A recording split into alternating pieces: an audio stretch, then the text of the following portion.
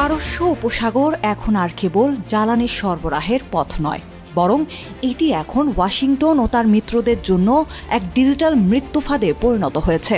Tehran স্পষ্ট করে দিয়েছে, তাদের সমুদ্র সীমায় শৃঙ্খলা ভাঙার চেষ্টা করলে কেবল জাহাজ নয়, তছনছ করে দেয়া হবে পুরো অঞ্চলের ইন্টারনেট ও ক্লাউড সাম্রাজ্য।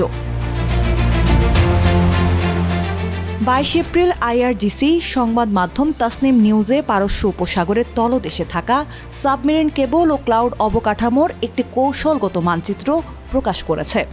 এটি কোনো সাধারণ তথ্যচিত্র নয়, বরং সংযুক্ত আরব আমিরাত, কাতার, বাহরাইন ও সৌদি আরবের জন্য একটি চরম হুঁশিয়ারি। ইরান বুঝিয়ে দিয়েছে যে তাদের উপকূলে ল্যান্ডিং স্টেশন আর ডেটা সেন্টারগুলো এখন তেহরানের নিশানায়। বিশেষজ্ঞরা বলছেন, ড্রোন হামলার মাধ্যমে আরব আমিরাত ও বাহরাইনে অ্যামাজন ওয়েব সার্ভিসের স্থাপনায় আঘাত এনে ইরান এরই মধ্যে প্রমাণ করেছে বাণিজ্যিক ক্লাউড অবকাঠামো এখন আর নিরাপদ নয়। এদিকে রণক্ষেত্রে পরিণত হয়েছে কৌশলগতভাবে গুরুত্বপূর্ণ হরমুজ প্রণালী। মাত্র কয়েক ঘন্টার ব্যবধানে অন্তত 3টি কন্টেইনার জাহাজে রকেট চালিত গ্রেনেড ও গুলিবর্ষণ করেছে আইআরজিসির গানবোট। ওমান উপকূলে লাইবেরিয়ার পতাকাবাহী একটি জাহাজের ব্রিজ বা নিয়ন্ত্রণ কক্ষ রকেট হামলায় তছনছ হয়ে গেছে। ক্যাপ্টেনের দাবি, কোনো সতর্কবার্তা ছাড়াই আইআরজিসি গুলি শুরু করে।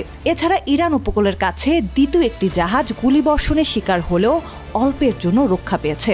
নিয়ম ভাঙার অভিযোগে 2টি বিশাল জাহাজকে জব্দ করে নিজেদের উপকূলে টেনে নিয়ে গেছে বিপ্লবী গার্ড বাহিনী।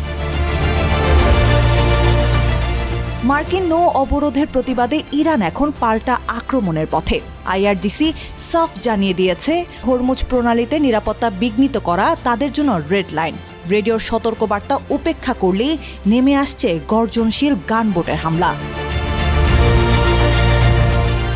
সামুদ্রিক নিরাপত্তা সূত্রগুলো বলছে, বন্দর, জ্বালানি আর জাহাজের পাশাপাশি এখন সাবমেরিন কেবলও যুদ্ধের তালিকায় যুক্ত হওয়ায় পুরো অঞ্চলটি এক ভয়াবহ অর্থনৈতিক ধসের দ্বারপ্রান্তে দাঁড়িয়ে আছে।